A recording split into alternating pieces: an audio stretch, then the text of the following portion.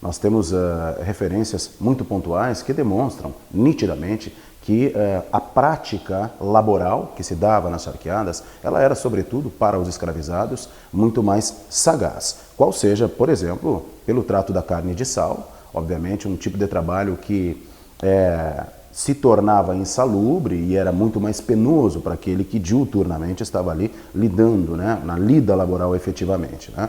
O próprio sal consome ponta dos dedos, havia uma dificuldade dos eventuais cortes de cicatrização, por exemplo. Né? O ambiente como um todo era um ambiente que se tornava muito inóspito e dificultoso para aquele que trabalhava ali diuturnamente. Haja vista, por exemplo, a expectativa de vida de quem trabalhava nas charqueadas. As charqueadas, né, elas eram estabelecimentos, né, que produziam a carne seca, que a gente conhece mais aqui para o charque, mas que não só isso, né, também produziam o couro dos animais, né, dos novilhos abatidos também era utilizado, salgado para exportação. Produzia também sebo, graxa, né? Ao longo do século XIX também se aproveitou os chifres dos animais, cinzas também dos ossos, né?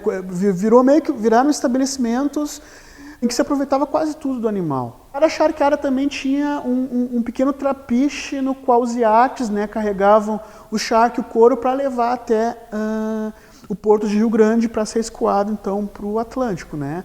Mas então nós tínhamos uma grande quantidade de escravos, a média era entre 60 e 70, né? Ao longo do período, umas tinham bem mais, outras tinham bem menos, né?